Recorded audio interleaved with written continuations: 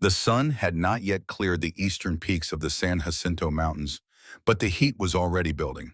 By 6 in the morning, the temperature in Riverside Town Square had climbed to 95 degrees, and the wooden platform at the center of the plaza radiated warmth like a cook stove. William Garrett stood at the edge of the growing crowd, his calloused hand gripping the brim of his father's old hat. The felt was worn thin in places, stained with years of honest sweat and mountain dust. It was the only thing left from the family ranch, the one Whitmore had taken 5 years ago, with a forged debt and a corrupt surveyor's map. Will had come to town for rope, just rope, 300 feet of good hemp line to repair the north fence before the autumn cattle drive. But the commotion in the square had pulled him from the general store, and now he could not look away. On the auction block, a woman stood with her spine straight as a fence post. Her hair had gone silver, pulled back in a simple knot that revealed a face weathered by sun and hardship. Her feet were bare against the scorched planks, but she did not dance or flinch. She simply stood there, eyes fixed on some distant point beyond the crowd, beyond the indignity of this moment. The auctioneer was a fat man named Harlan, known throughout the county for selling everything from cattle to mining claims. He brought his wooden gavel down with a crack that echoed off the storefronts. Lot number 7. Harlan announced, his voice carrying the practiced enthusiasm of a man who had sold 1,000 things he did not own.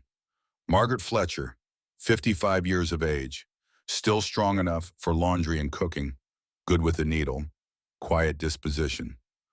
A woman in the crowd laughed, the sound sharp and cruel. Who would waste food on something that old? She is not worth a bent nickel. More laughter rippled through the gathering. Will felt his jaw tighten. He scanned the faces around him, farmers looking for cheap labor, merchants hoping to find a cook they would not have to pay fair wages, opportunists drawn like flies to the scent of desperation. His eyes found a young man standing well back from the platform, shoulders hunched, face turned half away. Thomas Fletcher. Will recognized him from church. He had seen the resemblance in the set of the jaw, the color of the eyes. This was family, and family had brought her here. Will looked at the auctioneer's table. There were no contract papers laid out, no lawyer standing by to witness terms of employment, no mention of duration or wages or conditions. This was not a legal contract labor arrangement, the kind that had become common since the war between the states.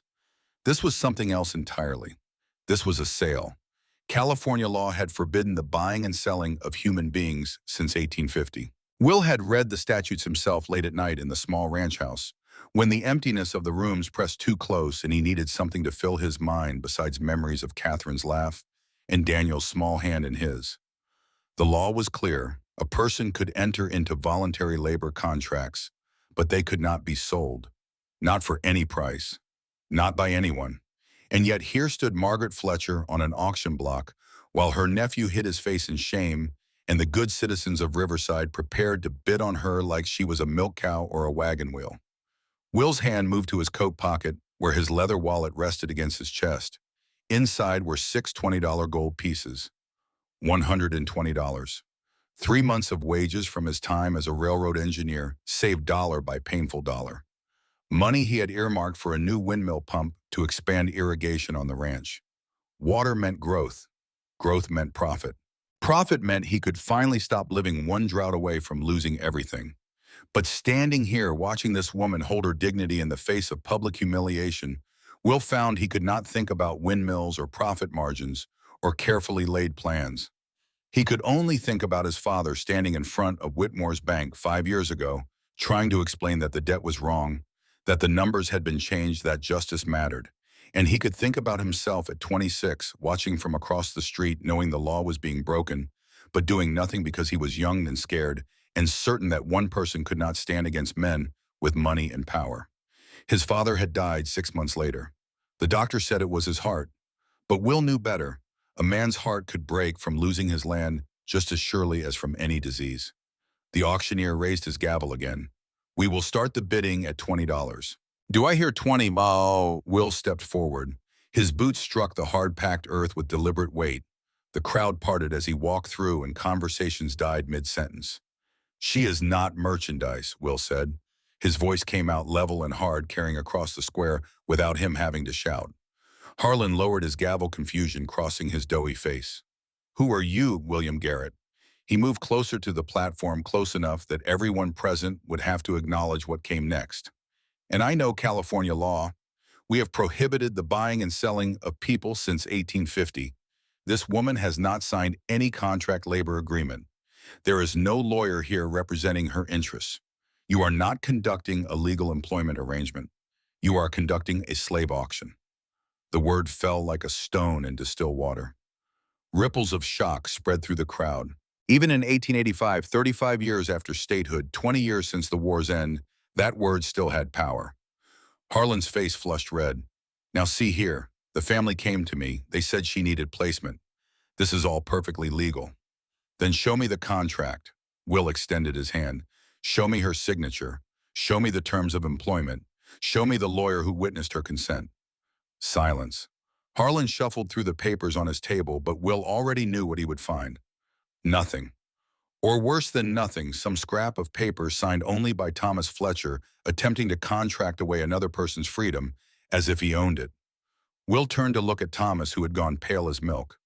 Is this your aunt? Thomas managed a nod. What debt does she owe your family? The young man's voice came out barely above a whisper. 1 bag of flour, so we would not starve this winter. The admission hung in the air. 1 bag of flour. The price of a human being's freedom calculated in pounds of ground wheat. Will reached into his coat and pulled out his wallet. His fingers found a $5 gold piece, small and heavy, and worth more than any sack of grain. He flipped it through the air. Thomas caught it by reflex. There, Will said. Enough to buy 5 bags of flour. The debt is paid. He turned back to Harlan, pulled out the rest of his money, and walked to the auctioneer's table. The leather pouch landed with a solid thump that scattered dust across the worn wood surface. Coins spilled out, glinting in the early morning sun. $120, Will announced. 6 times your opening bid. But I am not buying her. I am paying whatever debt you think exists between this woman and her family. After that, she is free. Free to stay, free to go. Her choice not mine and certainly not yours. He looked up at Margaret Fletcher. She was staring at him now, those steady eyes fixed on his face with an intensity that made him feel transparent, as if she could see straight through to the grief and guilt and loneliness he carried like stones in his chest. Mrs. Fletcher, he said, his voice gentler now, I own a ranch 15 miles south of here. I need help. The work is hard, but I pay fair wages. $18 a month plus room and board. You would have your own quarters with a lock on the inside of the door. A written contract that spells out every term. And if you ever want to leave, I will take you anywhere you want to go and give you enough money to start fresh. He paused, letting her absorb the offer. But this is your choice. Not your nephew's, not mine. Yours. If you want to walk away from here right now, I will give you $20 and wish you well. If you want to come work for me, you come as an employee, not as property. Either way, you are a free woman. What do you say? Margaret Fletcher's lips parted. For the first time since Will had approached the platform, emotion flickered across her face, not relief exactly. Something deeper, something that looked like the first breath after nearly drowning. Why? Her voice was rough from disuse but clear. Why would you do this for me? The question struck Will harder than he expected. Why, Debane? Because he had failed his father. Because he knew what it felt like to watch injustice and do nothing. Because he had lost everyone he loved, and the emptiness had taught him that some things mattered more than money or safety or careful plans. But he could not say all of that to a stranger on an auction block. So he said simply, because it is right. Margaret Fletcher looked at him for another long moment. Then she looked at her nephew, at the crowd, at the auctioneer's flustered face. When her gaze returned to Will, something had settled in her expression. I choose to go with you, Mr. Garrett. She walked to the edge of the platform. Will offered his hand. Her palm was rough with calluses, her grip firm. She stepped down, and for the first time in what might have been years, her feet touched ground that belonged to no one but herself. Sheriff Henry Cook emerged from the crowd, then a tall man in his late 40s with iron gray hair and a star pinned to his vest. Garrett is right, he said to Harlan. This is not a legal proceeding. Best to end it now before someone files a complaint with the county. Harlan knew when he was beaten. He waved his hand dismissively. Fine. Lot 7 is withdrawn. Next item is, but Will was already walking away, Margaret Fletcher at his side, leaving the murmur of shocked conversation behind them. They had made it halfway across the square when a voice called out, "Mr. Garrett!" Will turned. A man sat astride a fine black horse at the edge of the plaza. He was perhaps 52 years old, dressed in an expensive wool vest despite the heat, his silver hair combed back from a face that spoke of wealth and certainty. Charles Whitmore. "I heard you were working the Riverside Valley Ranch again," Whitmore said, guiding his horse closer. "Making improvements, putting in crops." "I am. That is good land, close to my property. I have been thinking about expansion." Whitmore's eyes flicked to Margaret Fletcher, then back to Will. "I would be willing to make an offer, a generous one. Name your price." "The ranch is not for sale." Whitmore smiled, but there was no warmth in it. "Everything is for sale eventually, Mr. Garrett. It is just a matter of finding the right number." "Then you will be looking for a very long time." "Perhaps." Whitmore stroked his horse's neck, the gesture casual. "Though I notice you just spent a considerable sum on help." He emphasized the last word delicately. $120 is a significant expense. Added to your annual land taxes of $200, plus whatever you owe on seed and equipment, I wonder if you have thought through the mathematics of your situation. Will met the older man's gaze without flinching. "My finances are my own business." Of course, of course." Whitmore gathered his reins. "But drought is coming, Mr. Garrett. I can smell it in the air. When it arrives, we will see who can afford principles and who cannot. We will talk again." He touched his hat brim in mock courtesy and rode away, his horse's hooves striking sharp echoes from the hard earth. Margaret Fletcher waited until Whitmore was out of earshot before speaking. "Who was that, Trouble?" Will said quietly. "Come on, my wagon is this way." The journey from Riverside to Garrett Ranch covered 15 miles of rough road that wound through scrubland and oak groves. Will's wagon was not new, but he kept it in good repair. The wheels greased and the axles straight. His two draft horses, both bays with white blazes, pulled steadily despite the climbing heat. For the first hour, they rode in silence. Margaret Fletcher sat on the bench beside him, her hands folded in her lap, her eyes taking in the landscape with the attention of someone who had learned to notice everything. Will found himself acutely aware of her presence, of the questions that must be forming in her mind, of the strangeness of the situation they had both entered into. Finally, she spoke. "Mr. Whitmore seemed to know a great deal about your financial situation. He makes it his business to know everyone's situation. The man owns half the county and wants the other half." Will kept his eyes on the road ahead, where heat shimmers made the air dance above the packed dirt. "Including my ranch." "But you said it was not for sale." "It is not, and it will not be." The words came out harder than he intended. He took a breath, forced his shoulders to relax. "I apologize. It is a difficult subject." "I understand difficult subjects." Will glanced at her. She was looking at him now, and something in her expression made him want to explain. Not because he owed her an explanation, but because he suddenly wanted her to understand.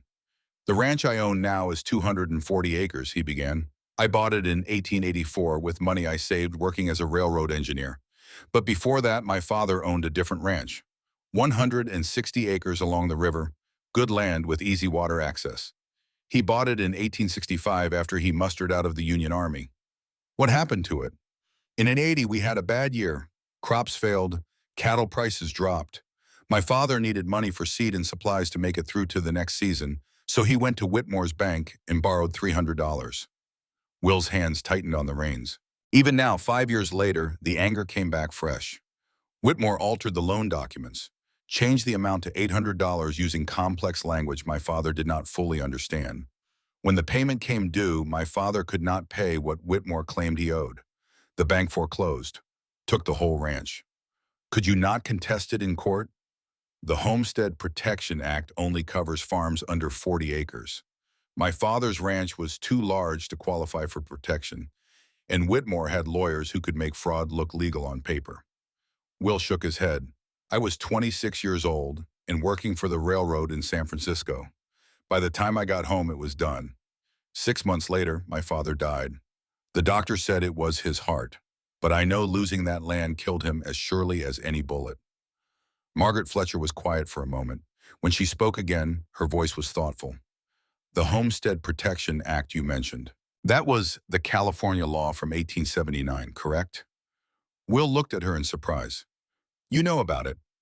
My late husband, John Fletcher, was a blacksmith, but he was also active in the farmers' rights movement. We used to read law books together in the evenings. He believed that the law was the only weapon poor people had if they knew how to use it. Your husband sounds like he was a good man. He was. He died 10 years ago in a workshop accident. After that, I raised my nephew Thomas. His parents, my brother and sister-in-law, had both passed from cholera.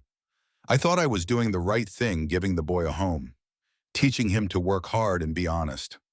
Her voice carried a note of bitterness. I did not realize I was raising someone who would sell me for flour. He is young and weak, but weakness is not the same as evil. Perhaps not, but it can do just as much damage. They rode on. The landscape changed as they left the flatter ground near Riverside and began climbing into the foothills.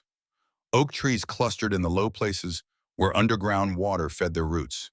The air smelled of dust and dry grass and the faint resin scent of juniper.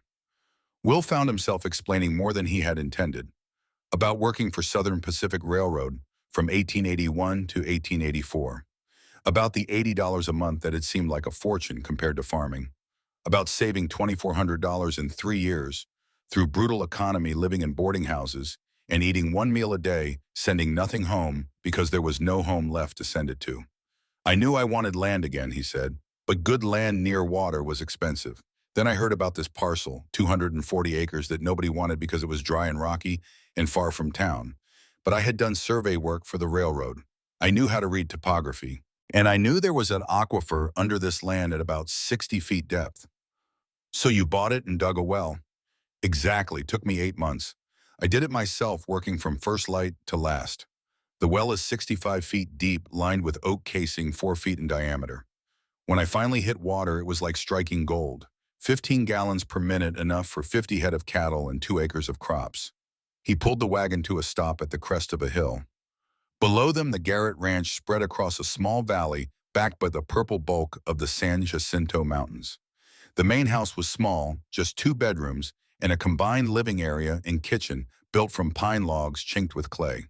The barn stood 40 feet by 60, its loft door hanging slightly crooked. Fences zigzagged across the property, some sections straight and new, others sagging with age. A windmill stood near the barn, its blades turning slowly in the morning breeze. It was not much to look at. Will knew that. Compared to Whitmore's mansion or the big Spanish land-grant ranches to the south, it was practically nothing. But it was his, built with his own hands and his own money, and no one could take it away. Welcome to Garrett Ranch, he said quietly. Margaret Fletcher studied the property with the same careful attention she had given the passing landscape. Will found himself tensing, waiting for disappointment or judgment. Instead, she nodded slowly. Good bones, she said. The barn needs work. The north fence is failing. But the well placement is excellent and the house is positioned to catch the prevailing breeze. This is solid. Something in Will's chest loosened. You see all that? I have been working on farms and ranches my entire life, Mr. Garrett. I know what good structure looks like, and I know the difference between neglect and poverty. This is not poverty. This is a man working alone, doing the best he can. She was right, of course. After Catherine and Daniel died 3 years ago, Will had let everything slide except the absolute essentials. He had kept the cattle alive. He had maintained the well. He had paid his taxes. But the garden had gone to weeds. The barn needed repairs he kept putting off. The house had become just a place to sleep between dawn and dusk of endless work. He had been surviving, not living. Come on, he said, releasing the brake. Let me show you the rest. They spent the next hour touring the property. Will showed her the well, explaining the pulley system he had rigged for hauling up water. He walked her through the barn, pointing out where the loft floor was rotting and needed replacement boards. He took her to the north pasture where 200 feet of fence sagged dangerously, held up more by habit than actual structural integrity. Margaret Fletcher asked questions that revealed deep knowledge. What was the water table depth? How many cattle could the land sustainably support? When was the last time he had tested the soil for alkali? What breed of cattle did he raise and why? By the time they returned to the main house, Will had a strange feeling he could not quite name. It was not attraction exactly, though he noticed how capable her hands looked, how straight she held her spine. It was more like recognition. Here was someone who understood the language he spoke, who saw the world through similar eyes. Inside the house, he led her to a small room off the main living area. It had been his father's workshop once before the foreclosure. Now it held a simple bed frame, a chest of drawers, and a chair. A window looked out toward the vegetable garden. "This would be your room," Will said. "It has a lock on the inside of the door. I want you to feel safe here." Margaret Fletcher walked to the window, looked out at the neglected garden plot. "A room of my own," she said softly. "I have not had that in 10 years. Will felt something twist in his chest. "You deserve privacy. You deserve respect. And I intend to give you both." She turned to face him. "Why are you doing this truly? You could have hired anyone, someone younger, someone who would work for less." "I could have," Will agreed, "Bondi, but I did not want anyone. I wanted someone strong enough to do the work that needs doing. Someone smart enough to be a partner, not just a laborer. Someone who has survived enough to understand what this place means." He met her eyes. "I think you are that person." Before she could respond, he went to the kitchen table and pulled out a sheet of clean paper and a pencil. "I want to write out a contract right now before anything else happens. I want both of us to be clear about what we are agreeing to." He wrote carefully, forming each word with deliberate precision. When he finished, he pushed the paper across the table to her. Employment contract, date July 15, 1885, between William Garrett, owner, and Margaret Fletcher. Employee terms: wages, $18 per month paid on the first day of each month, housing private room with lock clean linens, adequate heating, meals, 3 meals per day, sufficient and nutritious, duties, cooking, laundry, mending, and field work as needed. Duration, no fixed term. Employee may leave with 1 week notice. Bonus, if employee remains for 2 full years, she shall receive 5% of all profits from cattle sales. Safety, owner pledges no violence or harassment of any kind. Violation of this term renders the contract void and requires payment of $100 to employee signature. William Garrett. Signature, Margaret Fletcher. Witness. To be obtained. Margaret Fletcher read through it twice, her lips moving slightly as she parsed each clause. Then she picked up the pencil and added a line at the bottom. Additional term. If owner must leave the property for more than 1 week due to emergency, employee shall have full management authority and shall receive $25 per month during that period. She looked up. "I want this included. If you need to travel to San Francisco to gather evidence against Whitmore, or for any other reason, the ranch should not suffer." Will read her addition and nodded slowly. "That is more than fair." Agreed. They both signed. The lack of a witness bothered Will, but he knew they could remedy that tomorrow by riding to see Reverend Stone in town. He stood and extended his hand. Margaret Fletcher took it. Her grip was firm and dry, the handshake of someone who understood the weight of agreements. "We are partners now," Will said. "Partners," she echoed. As the sun began its descent toward the western peaks, they sat on the front porch in 2 old chairs Will had made from oak scraps. The evening air was finally cooling, carrying the scent of sage and dust. Will found himself talking more than he had in months. About Catherine, who had played piano beautifully and laughed like bells. About Daniel, who had been 5 years old and full of questions about everything from why grass was green to how far the stars were. About the fever that had taken them both in the span of 6 days while Will was in Sacramento buying medicine that arrived too late. Margaret Fletcher listened without platitudes or empty comfort. When he finished, she told him about John, who had loved Shakespeare and read it aloud by firelight, about the 15 years they tried for children, month after month of hope and disappointment, about raising Thomas after her brother's death, thinking she finally had a chance to be a mother, only to watch the boy grow into someone she barely recognized. "After John died, I burned all his books," she said quietly. "I could not bear to see them on the shelves, knowing I would never hear his voice reading them again. I have regretted it every day since." "I sold Catherine's piano," Will admitted. "I told myself it was for practical reasons. We needed the money, but really I just could not stand to look at it." They sat in silence as the sky turned orange and purple and finally deep blue. Stars began to emerge first, Venus bright in the west, then the familiar patterns of constellations Will had learned from his father. A coyote howled somewhere in the distance. Margaret Fletcher shivered slightly, and Will stood to get a blanket from inside. When he returned and draped it over her shoulders, his hand brushed the top of her arm. They both went still. It was the first real physical contact between them since the handshake. Just a touch, nothing more. But Will felt it like a jolt of electricity. He pulled his hand back quickly. I should let you rest. It has been a long day. It has. She stood holding the blanket around her shoulders. Thank you, Will, for everything. It was the first time she had used his given name. He liked the sound of it in her voice. Good night, Meg. He used the shortened form without thinking, then worried he had been too familiar. But she smiled. Good night. She went inside to her room. Will heard the soft click of the lock, engaging the sound of someone finally feeling safe enough to secure a door from the inside. He sat back down on the porch and looked out at the dark shapes of his land. The night was clear and cool, the kind of evening that made a man grateful for simple things. A roof, land, work to do, and now, unexpectedly, company. He was just starting to doze when he heard hoofbeats.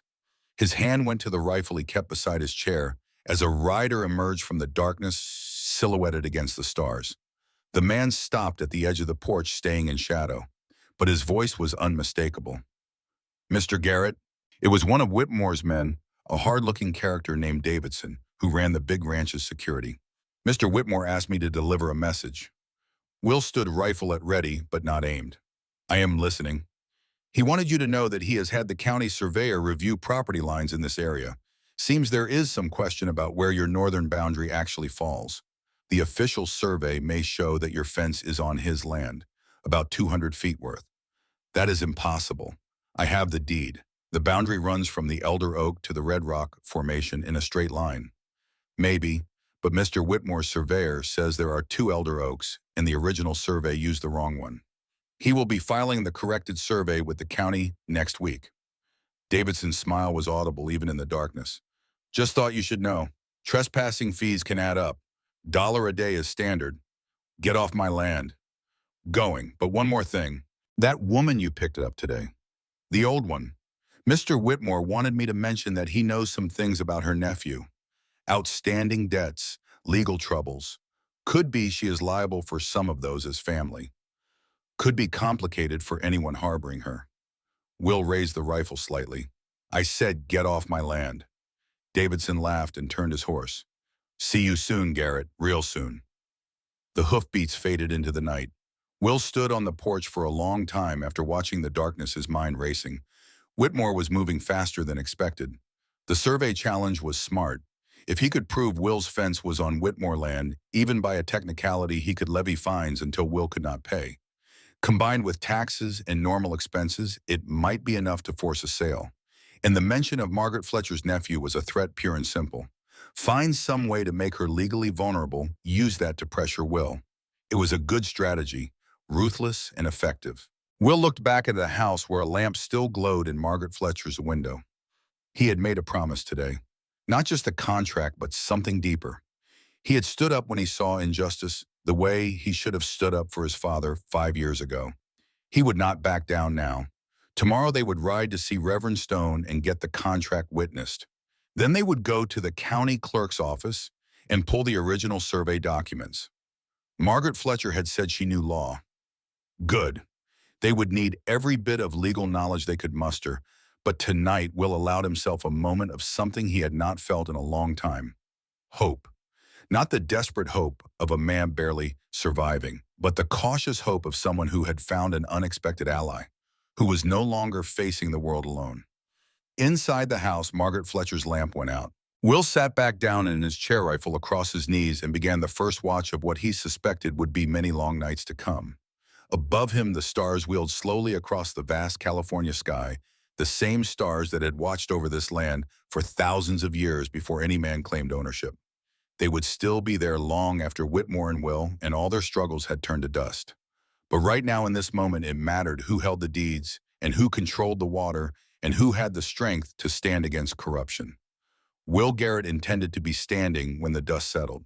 He owed it to his father's memory. He owed it to Margaret Fletcher's courage, and he owed it to himself. The night deepened. Somewhere, Owl called. The windmill creaked as it turned, and in the darkness beyond the fence line, unseen eyes watched the ranch calculating, planning, waiting for the next move in a game that was only just beginning. The first week of August brought temperatures that cracked the earth and turned the grass to brittle straw. By mid-morning, the thermometer on the barn wall read 105 degrees, and the air shimmered with heat waves that made distant mountains dance and waver like mirages. Will Garrett stood at the base of the north fence line, wiping sweat from his eyes with a bandana already soaked through. Beside him, Margaret Fletcher measured a fence post with practiced efficiency, her hands sure despite the heat. 53 inches, she called out. 2.5 feet in the ground, rest above. Mark it, Will said. They had been working since 5 in the morning when the eastern sky was just beginning to pale. Now 3 hours later, they had replaced 12 fence posts and had 40 more to go. The work was brutal in the heat, but necessary. Cattle did not respect sagging fences, and Will could not afford to lose even one animal to wandering. Meg set the marked post aside and reached for the iron digging bar. Will moved to take it from her, but she shook her head. I know how, she said simply. He watched as she positioned the bar above the spot they had chosen, raised it high, and drove it down into the hard earth with controlled force. The impact rang out across the valley. She repeated the motion, establishing a rhythm. Up, down, drive, turn, up, down, drive, turn. After 20 strikes, she had created a hole deep enough to check. She knelt beside it, measuring with her hand. 18 inches, halfway there. Will handed her the canteen. She drank without breaking the rhythm of her breathing, controlled inhalations and exhalations that spoke of someone who understood how to pace themselves through hard labor. Your husband taught you this, he asked. John taught me to use tools, but my father taught me to work. He ran a freight operation in Missouri before we moved west. I was loading wagons at age 12. She wiped her mouth and handed back the canteen. People see a woman and assume weakness. My father said assumptions were opportunity. Let them think you cannot, then show them you can. Will found himself smiling. Your father sounds like he was a wise man. He was, though he did not live to see me prove him right. She picked up the digging bar again. Most men do not. They work through the morning, taking turns with the heavy tools, speaking little but moving in coordination that came more naturally each day. Will had worked with hired hands before, but never with this kind of seamless partnership. Meg anticipated what needed doing next, positioned herself where she would be most useful, asked questions only when clarification would prevent wasted effort. By noon, they had planted 25 new posts. Will called a halt for lunch, and they retreated to the shade of an old cottonwood that grew beside the irrigation ditch. The tree's leaves rustled in a faint breeze, providing blessed relief from the direct sun. Meg had packed bread and cheese and dried apples in a cloth bag. They ate in comfortable silence, watching a hawk circle high overhead, riding thermals, invisible to human eyes. Tell me about the well, Meg said after a while. You said you dug it yourself in 8 months. That is 65 feet through rock and earth. How did you manage alone? Will stretched his legs out, feeling the pleasant ache of muscles well used. The first 30 feet were relatively easy, dirt and clay soft enough to work with a shovel and pickaxe. But below that I hit bedrock. Had to use dynamite to blast through sections, then haul up the rubble in buckets. Dynamite, that is dangerous work. It is, but I learned it working for the railroad. They needed tunnels through the Sierra Nevada. I spent 6 months on a blasting crew. He looked at his hands, remembering the constant ringing in his ears, the taste of rock dust, the friends who had made small mistakes and paid with their lives. It taught me respect for explosives. You get one chance to place the charges correctly. And if you make a mistake, then someone else has to dig your grave.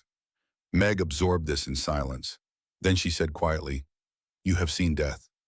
It was not a Christian show. Will nodded. The railroad was dangerous, but nothing compared to the war. My father was at Gettysburg. He saw things that gave him nightmares for the rest of his life. He used to wake up screaming, thinking he was back in the wheat field at dawn on the second day. Will picked up a small stone and turned it over in his fingers. When Catherine and Daniel died, he told me that war deaths and fever deaths were different kinds of loss. War took men in their prime fighting for something larger. Fever just took without reason or purpose. He said the second kind was harder to bear. Was he right? Will considered.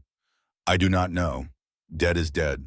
But I think he meant that senseless loss is harder to give meaning to, harder to carry forward. And do you carry it forward? Every day. He met her eyes. Do you behave? Every day, she echoed. The hawk above them cried out a sharp sound that carried across the valley. They watched it stoop towards something in the grass, wings folded a blur of deadly precision. Then it rose again, something small, clutched in its talons.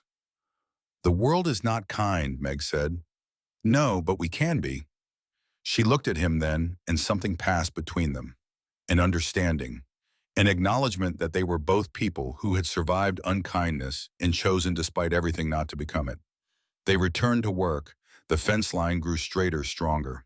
By evening, when the sun finally dropped behind the western peaks and the temperature began its slow decline, they had completed the entire 200-foot section.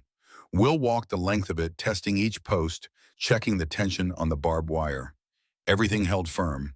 This fence would last 10 years if properly maintained. Good work, he said. Meg was cleaning the tools, wiping dirt and sweat from the iron bar and shovel. We make a good team. We do. That night, after a simple dinner of beans and cornbread, they sat on the porch as had become their habit. The stars were brilliant in the clear air, the Milky Way, a river of light flowing across the sky. My husband used to say you could navigate by the stars if you knew how to read them, Meg said. He learned from sailors in San Francisco back when we first moved to California. He would point out constellations and tell me their stories. Orion the hunter, Cassiopeia the queen, Ursa Major the great bear. Can you still find them? Some. There's Polaris. She pointed to the North Star steady and bright. And there the Big Dipper. My father called it the drinking gourd. Said escaped slaves used it to navigate to freedom before the war. Will found himself leaning slightly closer to follow the line of her arm. My father taught me to use it to tell time. The way it rotates around Polaris through the night, you can measure hours by its position. They sat in silence for a while, watching the sky wheel slowly overhead. Then Meg said, I have been thinking about what that man said last night, about the survey. Do you truly believe Whitmore can prove your fence is on his land? I do not know what he can prove, but I know what the truth is. My deed is clear. The boundary runs from the Elder Oak to the Red Rock Formation. There is only one Elder Oak. I have walked that line a dozen times. Then we should go to the county clerk tomorrow and pull the original survey records. Compare them to whatever Whitmore files. That is a day's ride to Riverside and back. Then we ride, Meg said firmly. We cannot fight what we do not understand. If Whitmore is planning legal action, we need to know exactly what we are facing. Will looked at her profile in the starlight. You are not afraid of this fight. I am terrified, she said simply, but fear never stopped work from needing doing. Before Will could respond, they heard hoofbeats approaching from the south. Both of them tensed. It was past 9 o'clock, too late for casual visits. Will stood and reached for his rifle. Meg rose as well, moving to stand beside him rather than behind him. He noticed and felt something warm in his chest. 5 riders emerged from the darkness into the pool of lamplight that spilled from the house windows. Davidson sat astride the lead horse, his face shadowed by his hat brim. The 4 men with him were all cut from the same cloth. Hard men hired for muscle rather than farming. Evening, Garrett, Davidson called out. Mrs. Fletcher? State your business, Willis said, keeping the rifle pointed at the ground but ready. Mr. Whitmore sent me with some papers, legal documents. Davidson held up a leather portfolio. Thought you might want to see them before they are filed with the county tomorrow. Leave them on the fence post and go on. Now that is not very neighborly. Davidson dismounted, moving with deliberate slowness. We came all this way. Least you can do is hear us out. He walked to the porch steps and held out the portfolio. Will did not take it. Open it and show me, Will said. Davidson shrugged and unfastened the leather ties. He pulled out several sheets of official-looking paper covered in dense text and technical diagrams. This here is the corrected survey of property boundaries between Whitmore Ranch and Garrett Ranch, prepared by Harold Price, licensed county surveyor. He held up a map that showed Will's property and the adjoining land. A thick red line marked what was labeled as the true boundary. As you can see, Davidson continued, the original 1884 survey incorrectly identified the elder oak tree used as the northern boundary marker. There are, in fact, two elder oaks in proximity approximately 300 feet apart.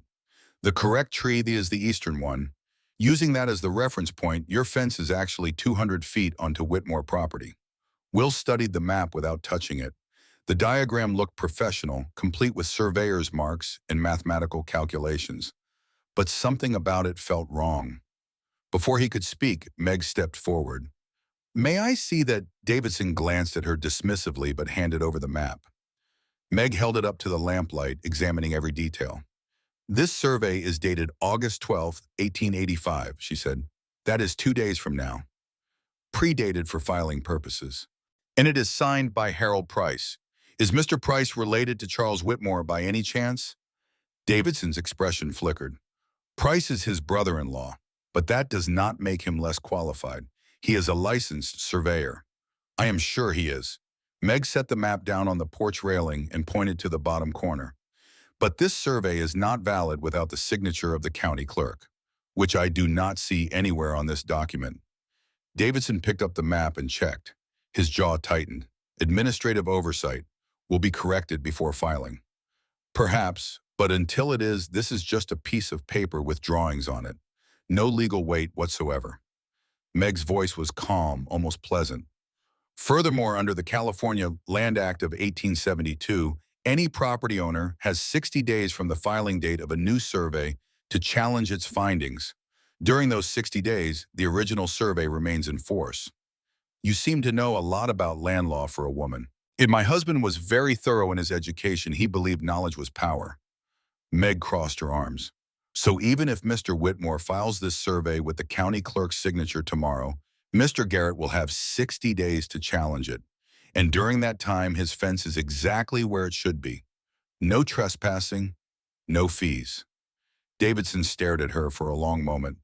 Then he laughed, but there was no humor in it. "You are smarter than you look, old woman." "And you are exactly as smart as you look," Meg replied evenly. One of the other riders snickered. Davidson shot him a glare that shut him up immediately. "Fine," Davidson said. "You get your 60 days, but that just delays the inevitable. Sooner or later, you will run out of money and time. And when you do, Mr. Whitmore will be waiting with a very reasonable offer for this property." "We are not selling," Will said. "Everyone sells eventually." Davidson mounted his horse. "Oh, and one more thing. Mr. Whitmore wanted me to mention that he has been doing some research into outstanding debts in the region. Seems there are quite a few people who owe money they cannot pay. He is thinking about buying up those debts, collecting what he is owed." The threat was clear. Find leverage. Apply pressure. "You have delivered your message," Will said. "Now get off my land." Davidson touched his hat brim in mock courtesy. "Until next time, Garrett, Mrs. Fletcher." The 5 riders disappeared into the darkness. Will and Meg stood on the porch listening to the hoofbeats fade. "He will come back," Meg said quietly. "I know. And next time it will be worse." "I know that too." Meg turned to face him. "Well, I need to ask you something, and I need you to answer honestly." "All right. Why are you really fighting Whitmore? This ranch is worth perhaps $2,000 at market value. He has offered you more. You could sell, take the money, buy land somewhere else. Start fresh without this constant threat." She paused. "So why stay?" Will looked out at the dark shapes of his land, the barn he had repaired, the well he had dug, the fences he had mended. Every board and post and stone represented hours of his labor, drops of his sweat, pieces of his life poured into this earth. "Because my father taught me that a man stands for something or he stands for nothing," he said finally. He stood for this land, for the idea that honest work and fair dealing should be enough. Whitmore took that from him with fraud and corruption. If I sell now, I am saying that fraud wins, that corruption wins. That might makes right." He shook his head. "I cannot do that. I will not. Even if it costs you everything. Even then." Meg was quiet for a moment. Then she said, "Good, because I would not respect you if you answered differently." She went inside to her room. Will heard the lock click. He sat back down on the porch, rifle across his knees, and began the night watch they had agreed upon. Meg would relieve him at 2 in the morning. Together they would keep the ranch safe. The August night was cool and clear. Coyotes sang in the distance. An owl called from the cottonwood by the irrigation ditch. The windmill creaked as it turned pumping water up from 65 feet below the lifeblood of everything they were trying to build. Will found himself thinking about partnership, about trust, about the strange alchemy that had taken two broken people and made them into something stronger than either was alone. He thought about how Meg had stepped forward tonight, not behind him, but beside him. How she had faced down 5 armed men with nothing but knowledge and courage. How she had earned Davidson's grudging respect through sheer competence. He thought about Catherine, who had been delicate and artistic and utterly unsuited for ranch life. He had loved her desperately, but he had always known she was fragile. She needed protecting, sheltering from the harsh realities of the world. Meg was different. Meg was steel wrapped in weathered skin. She did not need protecting. She needed partnership. The distinction mattered more than he had realized. At 2 in the morning, Meg emerged from the house wrapped in a shawl carrying the shotgun Will had given her. She knew how to use it. John Fletcher had taught her that too. Anything, she asked. Quiet. Too quiet, maybe. Go sleep. I will wake you at 6. Will started to go inside, then stopped. Meg, thank you. For tonight. For standing with me. Where else would I stand? She said simply. He went to his room and fell asleep within minutes, the deep sleep of someone who knew they were not alone on watch. The next morning, they rode to Riverside together. The journey took 4 hours through heat that built steadily as the sun climbed. By the time they reached the county clerk's office, the temperature was pushing 110 degrees. The clerk was a tired-looking man in his 50s named Robert Chen. He remembered Will from the land purchase the previous year. Mr. Garrett, what brings you to town? I need to see the original survey for my property, the 1884 survey done when I purchased the land. Chen nodded and disappeared into the back room. He returned 10 minutes later with a large, leather-bound book and several rolled maps. Here we are. Garrett Ranch purchased September 1884. 240 acres boundaries as follows. He unrolled the map on the counter. Will and Meg studied it carefully. The survey showed clear reference points.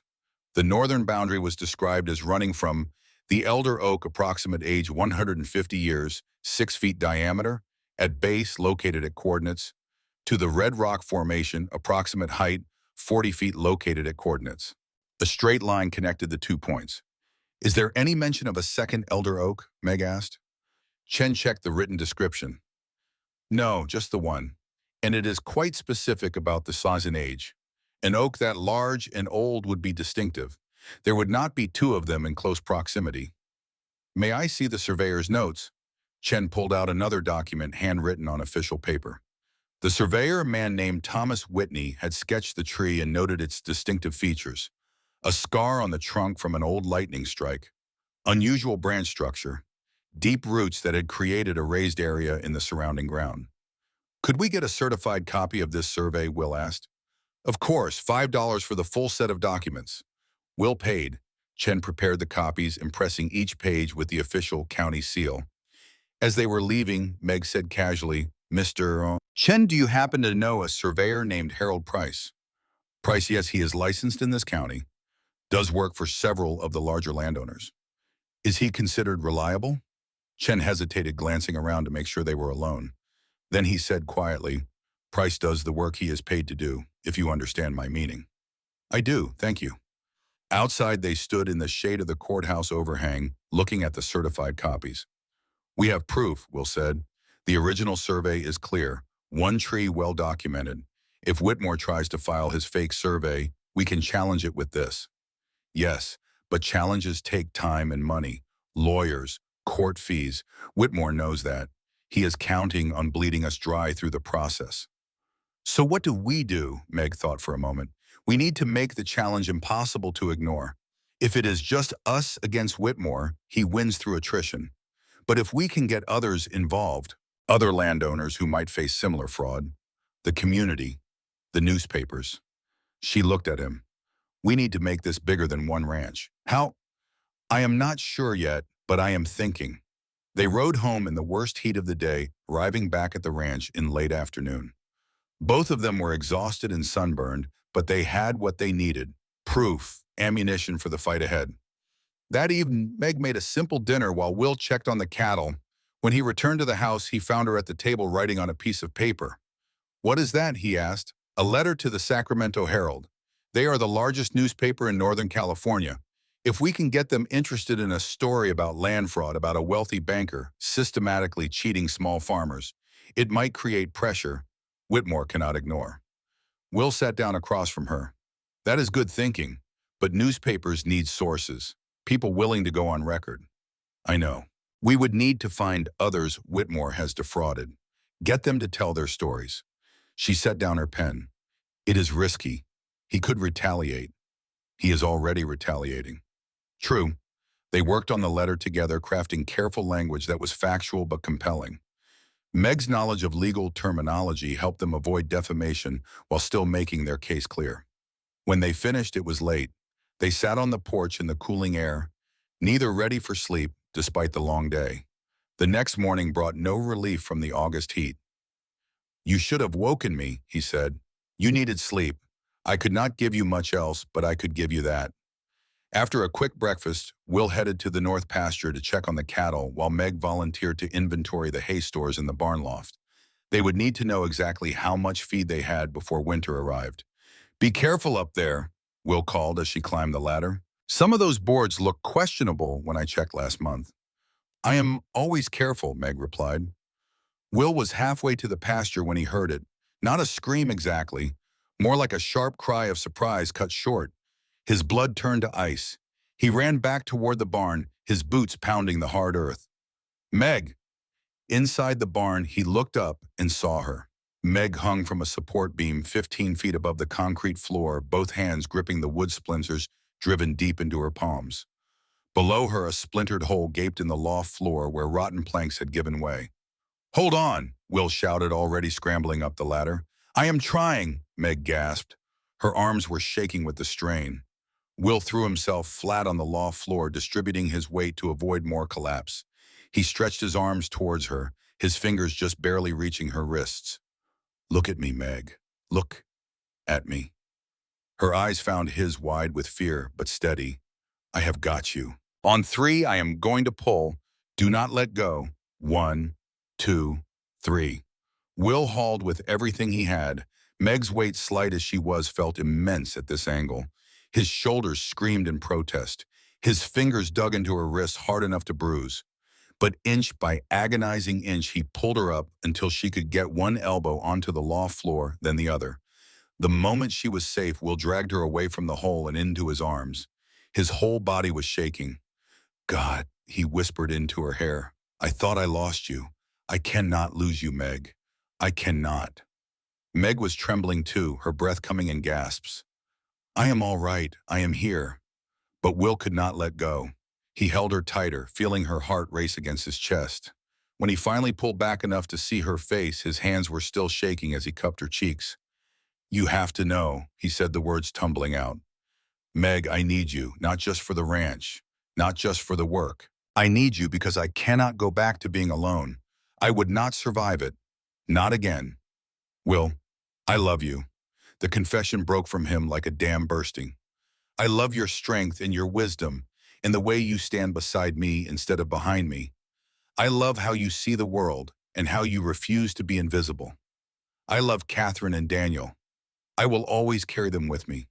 But I love you too, and I almost just lost you, and I—" Meg pulled him down and kissed him. It was desperate and raw and real. Two people who had both thought they were done with feeling anything this intense. When they broke apart, both were crying. "I love you too," Meg whispered. "I did not think I would ever say those words again. But I love you, William Garrett." They sat there in the dusty loft for a long time, holding each other, listening to their hearts slow to normal rhythms.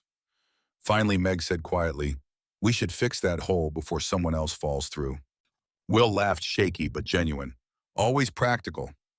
One of us has to be." She looked at him, her expression softening. "Though I am glad you are not always practical." They climbed down from the loft together. Will examined Meg's hands, picking out splinters and wrapping them in clean cloth. His own hands were steadier now, but something had fundamentally shifted between them. That evening they sat on the porch as had become their habit, but tonight they sat closer. Will's arm around Meg's shoulders. her head resting against his chest. I have been thinking, Will said, about what I want, about what comes after we win this fight with the Whitmore. He paused. I want this, you and me. Not as employer and employee, not even just as partners. Meg lifted her head to look at him. What are you saying? I am saying, Will took a breath, that when this is over, when Whitmore is dealt with, and we can breathe again, I want to ask you something important. And I hope you will say yes. Meg smiled, her eyes bright in the lamplight. I think I already know the question, and I think you already know the answer. They sat in comfortable silence watching the stars emerge, knowing that their lives had just shifted in a direction neither had expected, but both desperately wanted. Tell me something, Meg said. If we win this fight with Whitmore, if we keep the ranch and make it profitable and build something lasting, what then? What do you want this life to become? It was a good question. Will realized he had been so focused on survival that he had not thought about actual thriving. What came after merely holding on? I suppose I want this ranch to be a place that matters, he said slowly. Not just for profit, though that is important, but as a place that stands for something, where people are treated fairly, where work is respected, where someone like you would not have to fear being sold for flour. A legacy, Meg said softly. Yes, a legacy. He looked at her. What about you? What do you want? I want to stop being invisible, she said. I want to be seen, valued. I want my work to matter. She paused, searching for words. I want to belong somewhere, truly belong, not just be tolerated or used. You belong here, Will said. The words came out before he thought about them, but once said he realized they were absolutely true. You belong here, Meg. She turned to face him, and in the lamplight, spilling from the windows, he saw her eyes were bright with unshed tears. Do I? Yes. They sat in silence, the weight of the moment pressing down. Will felt something shifting between them, some wall crumbling. The careful distance of employer and employee was giving way to something more complex, more real. Before either of them could speak again, they heard hoofbeats, but this time the sound was frantic, desperate. A single rider pushing a horse hard. They both stood. Will grabbed his rifle. The rider burst into the yard, a young woman barely staying in the saddle. She pulled up hard, the horse blowing and covered in lather. Help, she gasped. Please, I need help. She slid from the saddle and collapsed. Will and Meg rushed forward. The girl could not have been more than 22 with fair hair and a face twisted in fear. Are you hurt? Meg asked, checking her for injuries. No, not hurt, but he will come for me. He will send men. She grabbed Meg's arm. Please do not send me back. Please. Slow down, Will said. Who is coming? What happened? The girl took a shaking breath. My name is Eleanor Mason. Most people call me Nell. My father is Samuel Mason. He owns a small farm 10 miles west of here. He owes Charles Whitmore $400 for a seed loan. Will and Meg exchanged glances. Another debt. Another person in Whitmore's trap. Whitmore said if I married his son Robert, he would forgive the debt, Nell continued, but I refused. So he told my father he would foreclose on our farm and have my father arrested for theft. Said he had witnesses who would swear my father stole cattle. It is a lie, all lies. But my father is sick. A trial would kill him. So you ran, Meg said gently. I took Robert's horse while he was in San Francisco. I know it was wrong stealing, but I had nowhere else to go, and I heard, she looked at Will. I heard you helped Mrs. Fletcher, that you were a good man. I hoped maybe you would help me too. Will looked at this terrified girl, then at the exhausted horse, then at Meg. He saw the answer in her eyes before she spoke. Of course we will help you, Meg said. Come inside. Let us get you cleaned up and fed. You are safe here. But Whitmore, Nell said, he will come for the horse. He will press charges. Let him come, Will said grimly. We seem to be collecting reasons for him to hate us. What is one more, sorry? They brought Nell inside. Meg gave her water and a plate of food while Will tended to the horse. The animal was a fine bay gelding, well-bred and expensive. Robert Whitmore's personal mount, if Nell was to be believed. When the horse was cooled down and watered and put in the barn, Will returned to the house. Nell was telling Meg about her father, about the farm, about how Whitmore had been systematically buying up debts and foreclosing on properties throughout the valley. He wants all of it, she said. Every farm, every ranch. He has been telling people it is for their own good, that he is consolidating land to protect the valley from outside interests. But really, he just wants control. Outside interest, Will asked. The railroad. Southern Pacific is planning a branch line through this region. Whitmore wants to own all the land along the route so he can sell it back to the railroad at enormous profit. Will felt like he had been punched. Suddenly, Whitmore's obsession with acquiring properties made perfect sense. It was not about farming, it was about the railroad right-of-way. Control all the land the railroad needed, force them to pay whatever price you demanded. How do you know this, he asked. Robert brags when he is drunk. He thinks I am too stupid to understand business. But I listened. I remember. Meg, Will said, if this is true, we are not just fighting over one ranch. We are fighting over the future of the entire valley. I know. Meg's expression was grim, which means Whitmore will not stop until he has what he wants. They made up a bed for Nell in the main room and let her sleep. Tomorrow they would figure out what to do about the horse and Whitmore's inevitable response. But tonight they gave the girl what she needed most. Safety, rest, the knowledge that someone would stand between her and harm. Will and Meg returned to the porch for their watch rotation. 2 in the morning had come and gone. They sat together in the darkness, both too wired to sleep. This is getting complicated, Will said. It was always complicated. We just did not see the full picture. What do? We keep fighting. We protect Nell. We gather evidence. We go public with what Whitmore is doing. Meg leaned back in her chair. And we hope we survive long enough to see it through. Will reached out and took her hand. She did not pull away. They sat there in the darkness, fingers intertwined, drawing strength from contact. I am glad you are here, he said quietly. I am glad I am here too. The stars wheeled overhead. The night deepened. And somewhere in the distance, plans were being made in a mansion office, strategies devised, pressure points identified. But for now, in this moment, Will Garrett and Margaret Fletcher sat together in the darkness and held on to each other in the land they had both chosen to defend. The fight was far from over. In fact, it was only beginning. The October night came down cold and moonless. Will stood in the barn doorway checking the hay stores for winter when he heard Meg's voice cut through the darkness. Will, riders coming, at least 10 of them. He dropped the pitchfork and ran to the house. Meg stood on the porch, the shotgun in her hands, her face calm but alert. Nell emerged from inside, pale but steady. Get inside and bar the door, Will told Nell. Stay away from the windows. I am not hiding, Nell said. This is because of me. I should face it. You will face nothing tonight, Meg said firmly. Inside. Now. Nell retreated reluctantly. Will took up position beside Meg as torches appeared in the darkness, bobbing like malevolent fireflies. The riders formed a semicircle around the ranch house, cutting off any escape route. Charles Whitmore himself sat at the center on his black stallion, his silver hair catching the torchlight. He wore a long coat, despite the cold, looking every inch the wealthy landowner come to collect what he believed was owed. Garrett, Whitmore called out, I am here for Eleanor Mason, horse theft. I have a warrant for her arrest. Sheriff Cook sat mounted beside Whitmore, his face troubled in the flickering light. He held up a piece of paper. It is true, Garrett. Whitmore filed a complaint. I have to follow the law. She returned the horse, Will said, his voice carrying across the yard.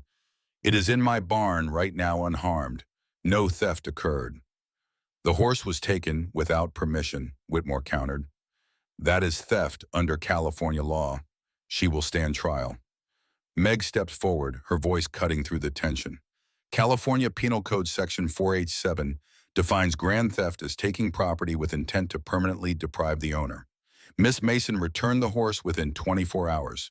There was no intent to permanently deprive. Therefore, no crime. Whitmore's smile was cold. Always the lawyer, Mrs. Fletcher. But I have something else to discuss.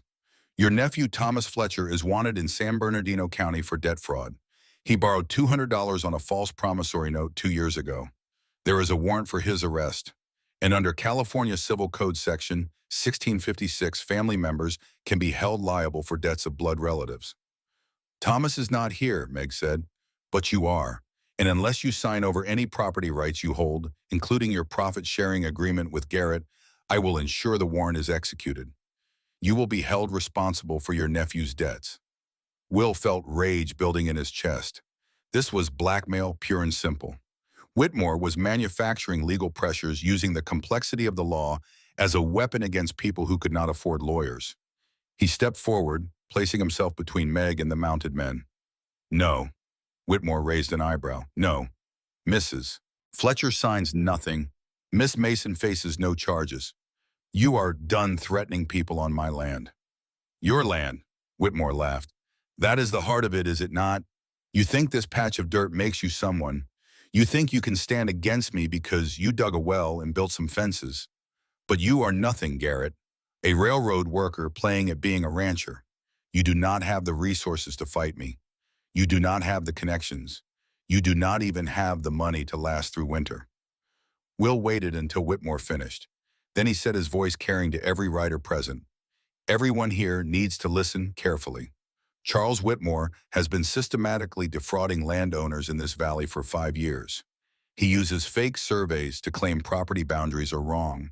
He uses altered loan documents to foreclose on ranches. He forces young women into marriages to collect debts their fathers cannot pay." "You have no proof of any of that," Whitmore said. "I have all the proof." Will pulled a leather folder from inside his coat. "2 weeks ago, I went to the county clerk's office. I pulled the original survey of my property. I also pulled the surveys of every property you have foreclosed on in the last 5 years. I found a pattern. In every case, your surveyor, Harold Price, who happens to be your brother-in-law, found errors that benefited you. In every case, small farmers suddenly owed more than they could pay." He held up the folder. "I have certified copies of original loan documents that show amounts different from what you claimed. I have affidavits from 3 landowners willing to testify that you altered their debts. I have a notarized statement from a former employee of your bank describing how you instructed him to forge signatures." Whitmore's face had gone rigid. "Where did you get that?" "That does not matter. What matters is that I sent copies of everything to the Sacramento Herald 3 days ago. A reporter named James Mitchell will be here next week to interview witnesses. And I sent copies to the California State Banking Commission. They are very interested in your business practices, Mr. Whitmore." The silence that followed was absolute. Even the horses seemed to sense the shift in the air. Sheriff Cook spoke up, his voice rough. "Is this true, Whitmore? Did you forge loan documents?" "Of course not. This is slander. I will sue him for every penny he has." "Then you will not mind if I look at his evidence," Cook said. He dismounted and walked toward Will, hand extended. Will gave him the folder. The sheriff moved closer to one of the torches and began reading. His expression grew darker with each page. "These documents have county clerk seals," Cook said finally. "They are certified copies of official records, and they show clear discrepancies between original loan amounts and the amounts you claimed were owed." He looked up at Whitmore, and Will saw something change in the sheriff's face. A decision being made, a line being crossed. "Whitmore, did you pay me $50 a month on top of my county salary?" Whitmore went very still. "What are you suggesting?" "I am not suggesting anything. I am asking a direct question. Did you pay me extra money?" "I made donations to the sheriff's office for equipment and supplies." "Donations that went directly into my pocket." Cook's voice was heavy with self-disgust. "I knew something was wrong. I told myself it was just business, that you were helping the community grow, that the ends justified the means, but I was lying to myself." He ripped the warrant for Nell's arrest in half. "This warrant is invalid. It was obtained under false pretenses. Miss Mason committed no crime." "You are making a mistake, Sheriff." "No, the mistake was taking your money in the first place." Cook removed his badge and dropped it on the ground. "I resign, effective immediately. I will not be part of this anymore." Whitmore's control was slipping.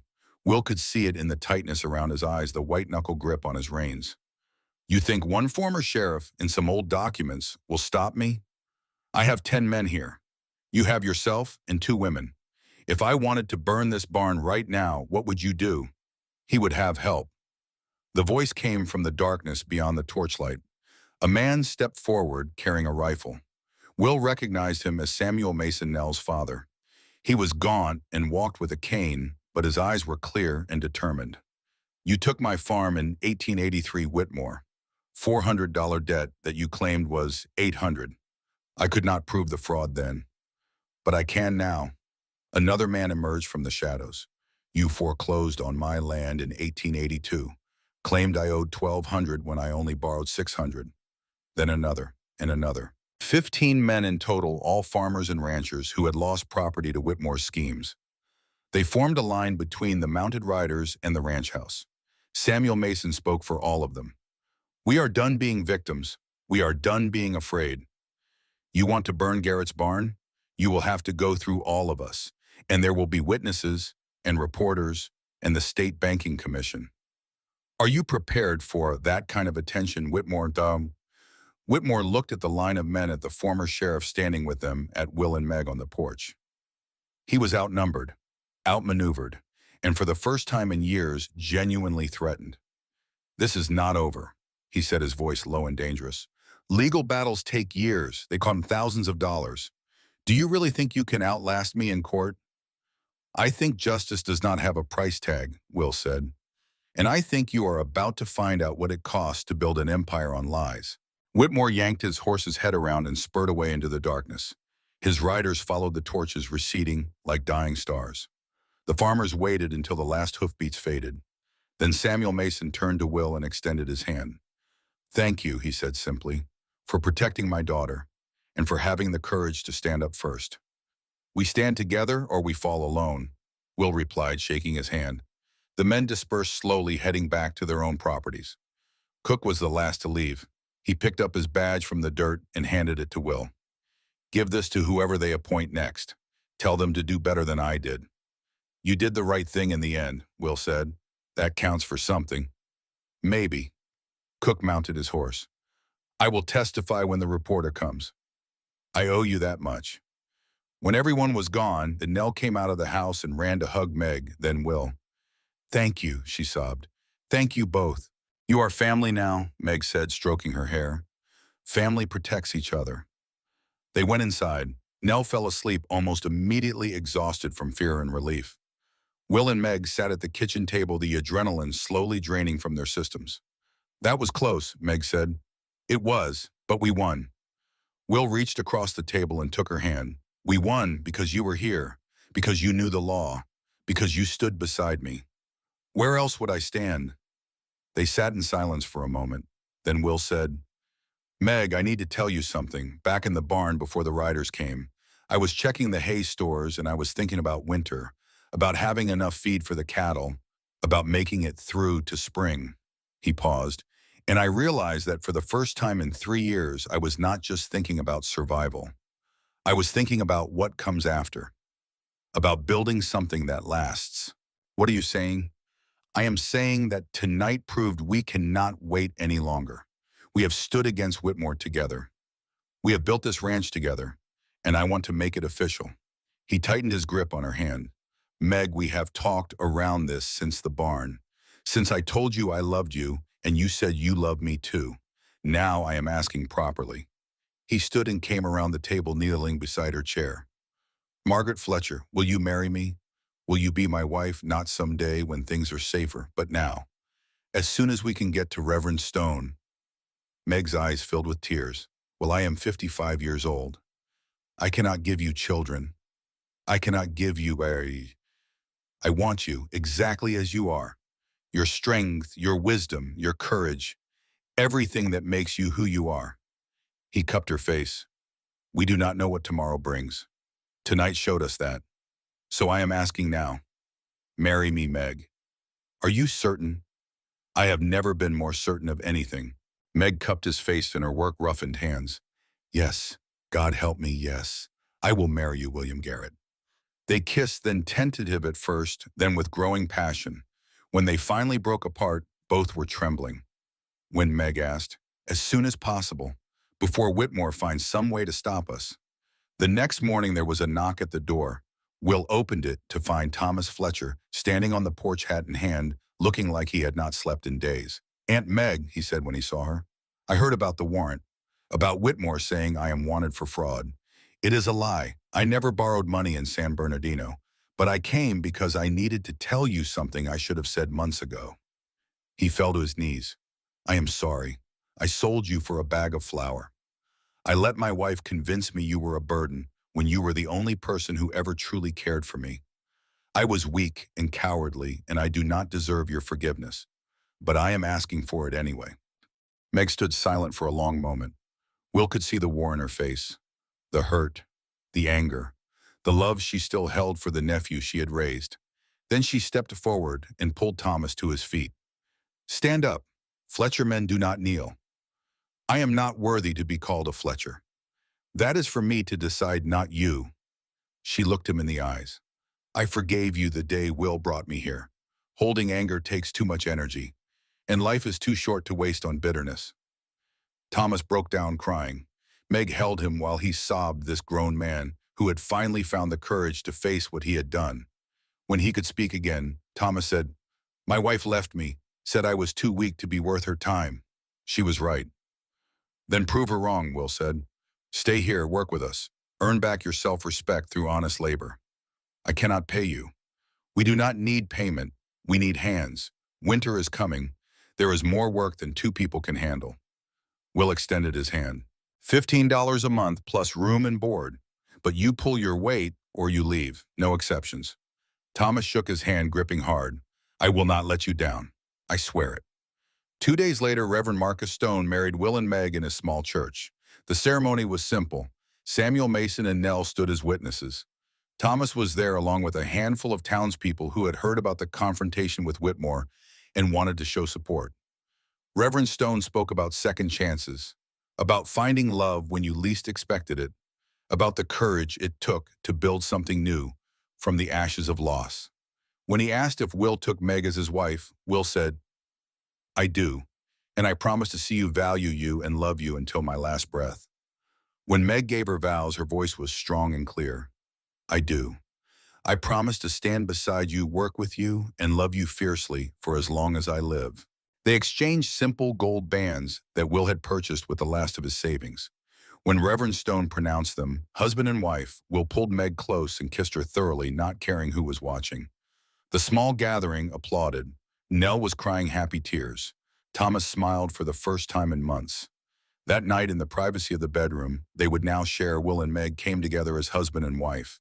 Their lovemaking was tender and passionate, two people who had both thought their time for such things had passed, discovering that desire had no expiration date. Afterward, lying in the darkness with Meg's head on his chest, Will felt something settle in his soul, a completeness he had not known he was missing. I love you, Miss Garrett, he whispered. I love you too, Mr. Garrett. They fell asleep wrapped around each other, and for the first time in 3 years, Will did not dream of loss. Winter came to the valley with unusual gentleness. There was rain, but no blizzards, cold, but not the bone-deep freeze that could kill cattle and ruin crops. The ranch settled into a rhythm of work and rest, the four of them becoming a makeshift family. Thomas proved his worth, taking on the hardest task without complaint. Nell learned ranch work from Meg, becoming the daughter Meg had never had. And Will and Meg worked side by side, their partnership deepening with each shared sunrise. In late January, James Mitchell from the Sacramento Herald arrived to investigate Whitmore's activities. He spent 3 days interviewing witnesses, examining documents, photographing the evidence. When he left, he promised a full expose in the next edition. The article appeared 2 weeks later. The headline read, Empire of Fraud, How One Man Systematically Stole a Valley. Mitchell had done thorough work. The piece detailed 15 separate cases of fraudulent foreclosure. It exposed the fake surveys, the altered loan documents, the forced marriages. It quoted Sheriff Cook's confession. It named Harold Price as a co-conspirator. Most damaging of all, it revealed Whitmore's plan to monopolize land along the proposed railroad right-of-way, effectively holding the Southern Pacific Railroad hostage for inflated prices. The response was immediate. The California State Banking Commission launched a formal investigation. 3 state marshals arrived in Riverside to execute arrest warrants, and the railroad company, furious at the attempted extortion, filed civil suits seeking damages. Charles Whitmore was arrested on February 10, 1886, charged with bank fraud, extortion, and conspiracy to defraud. His son Robert fled to San Francisco and was never seen in Riverside again. The bank was placed in receivership while investigators untangled 5 years of corrupt dealings. The trial took 3 months. Whitmore hired expensive lawyers, but the evidence was overwhelming. In May, he was convicted on 14 counts and sentenced to 7 years in state prison. His banking license was revoked. His property was seized to pay restitution to his victims. Among the properties returned was the original Garrett family ranch, 160 acres along the river.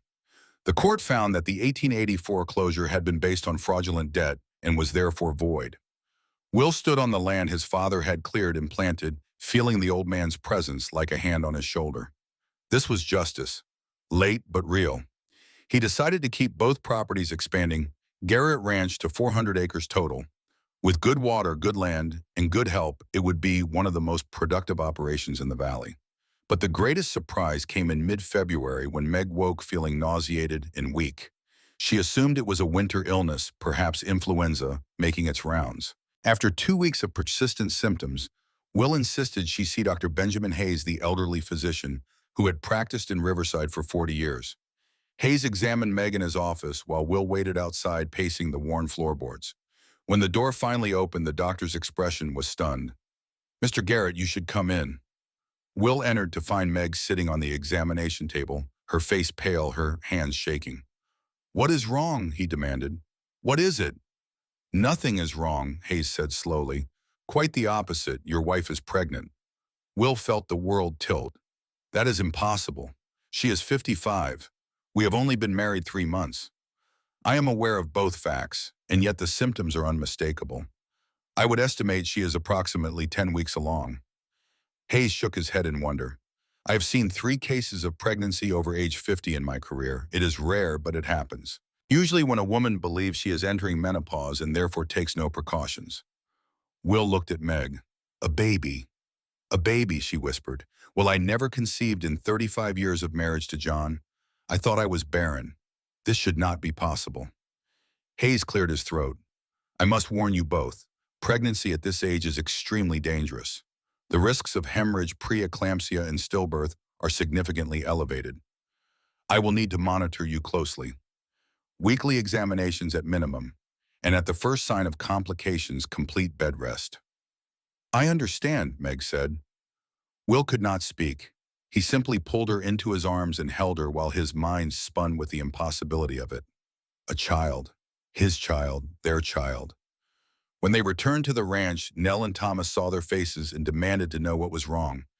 "Nothing is wrong," Meg said, a smile breaking through her shock. "Everything is right. We are going to have a baby." Nell shrieked with joy and hugged them both. Thomas pumped Will's hand, grinning like a fool. That night, alone in their room, Will placed his hand on Meg's still flat stomach. "I thought I would never have this again," he said quietly. "After Daniel died, I thought that part of my life was over. I thought I would never have it at all." Meg covered his hand with hers. "Are you frightened?" "Terrified." But also, he searched for the word grateful. So grateful. The pregnancy progressed through spring and into summer. Meg's belly swelled, and with it grew a fierce protectiveness in everyone around her. Will would not let her lift anything heavier than a wash basin. Thomas took over all the heavy ranch work. Nell appointed herself Meg's personal guardian, monitoring her rest and nutrition with military precision. Dr. Hayes visited weekly, checking Meg's blood pressure, listening to the baby's heartbeat, watching for signs of complications. In June, at the Harvest Festival, Will presented Meg with a gift he had commissioned from the town silversmith. A bracelet carved with 33 images, a mountain, a barn, and a woman standing tall and strong. "You were never too old," he told her in front of the assembled town. "You are exactly what I need, exactly what this land needs, and exactly what our child needs." The townspeople applauded. Even those who had mocked Meg at the auction now looked at her with respect. She had exposed corruption. She had helped save the valley from Whitmore's schemes. And now she stood as living proof that life could surprise you with blessings when you least expected them. But July brought the first real scare. Meg's blood pressure spiked dangerously high. Dr. Hayes ordered 2 weeks of complete bed rest. Will refused to leave her side. He moved a cot into their bedroom, sleeping within arm's reach. He read to her from the newspapers and books. He brought her meals and rubbed her swollen feet and told her stories about his father and Catherine and all the people who had shaped him. And Meg talked about John and the brother she had lost and the hard lessons of her 55 years.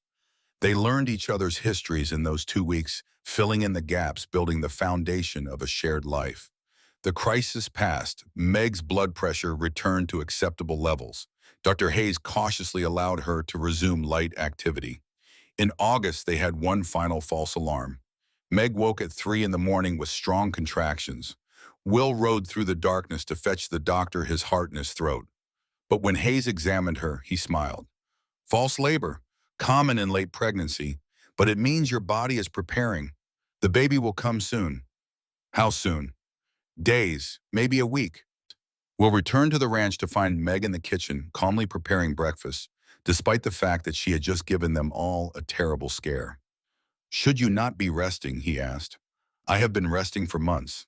Our son or daughter is coming soon, and I will not spend the last days lying in bed like an invalid. How do you know it will be soon? I know, she said simply. A mother knows. She was right.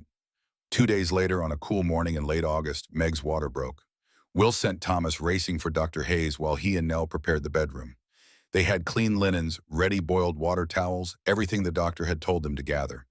Hayes arrived within the hour, his medical bag in hand. He examined Meg and nodded.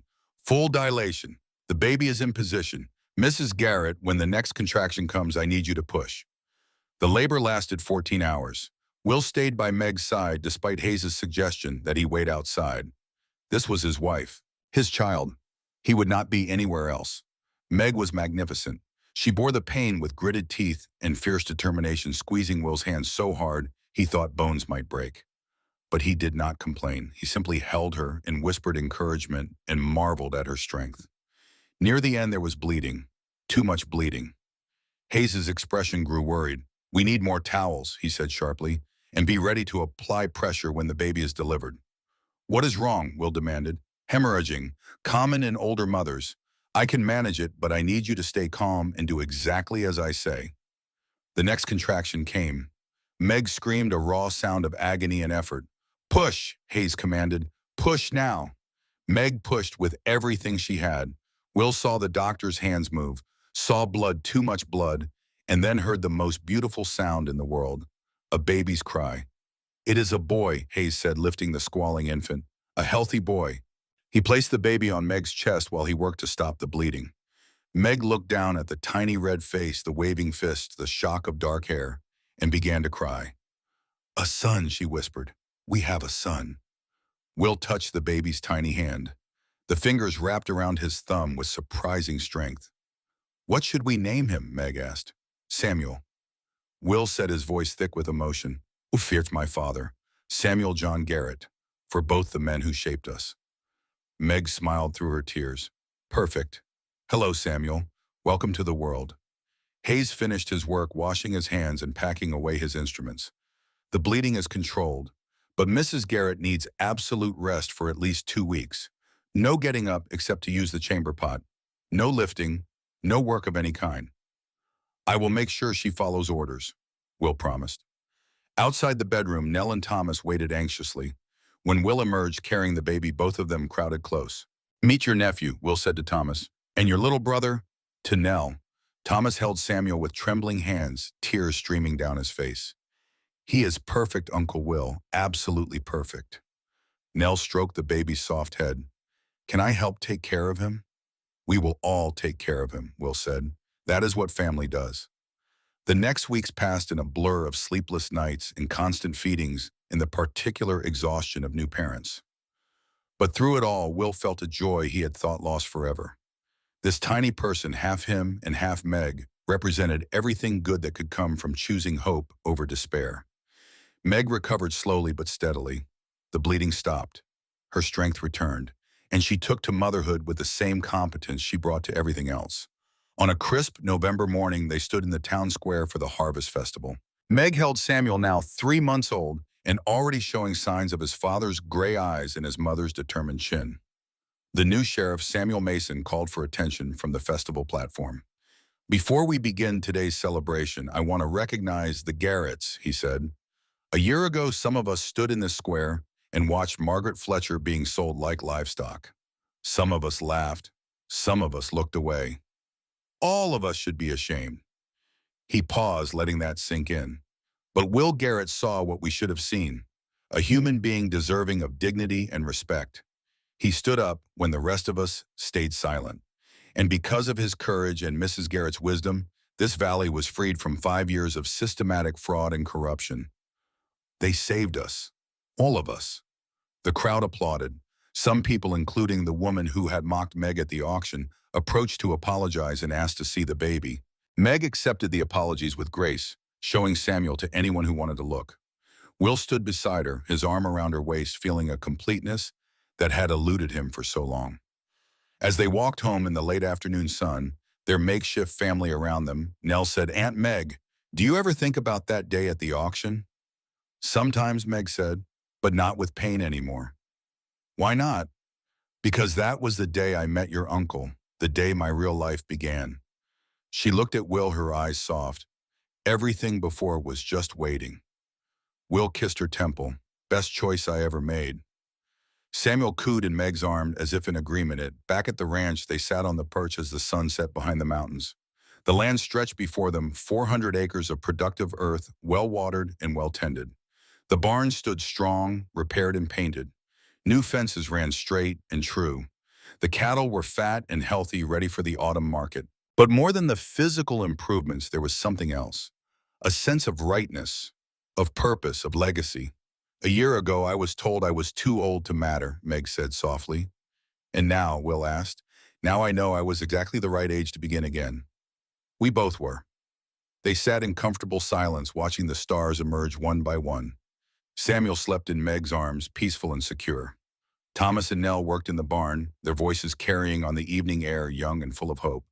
Will thought about his father, about Catherine and Daniel, about all the loss that had brought him to this moment.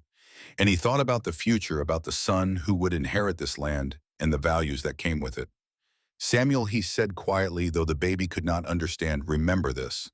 A man's worth is not measured by his age or his strength or his wealth. It is measured by how he treats those who cannot defend themselves." Meg added, "And a woman's worth is not measured by her youth or her ability to bear children. It is measured by her courage, her wisdom, and her refusal to disappear." They looked at each other and smiled.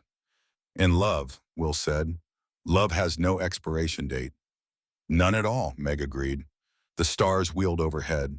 The land breathed in the cooling air. And on the porch of Garrett Ranch, a family sat together, bound not only by blood, but by choice, by courage, by the simple decision to stand for something when it would have been easier to stand for nothing. In the years that followed, William Garrett would expand the ranch to 600 acres.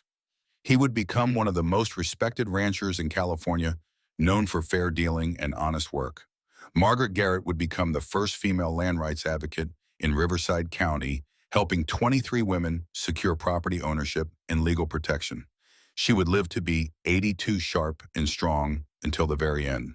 Thomas Fletcher would manage Garrett Ranch for 40 years, proving that redemption was possible for those willing to work for it. He would marry, have children, and become the man his aunt always believed he could be. Eleanor Mason would marry a good man in 1888 and raise 5 children, all of whom would know Meg as grandmother and love her fiercely. Samuel John Garrett would inherit the ranch in 1920 and run it until 1965, always keeping his mother's silver bracelet in his office as a reminder that it was never too late for new beginnings. And Charles Whitmore would serve 5 years in prison before dying penniless and forgotten in 1892, his empire of fraud reduced to dust and bitter memory. But none of that mattered in this moment. In this moment, there was only the porch and the stars and a family who had found each other against impossible odds. In this moment, there was only love and land and the quiet certainty that they had built something worth keeping. The legacy was just beginning.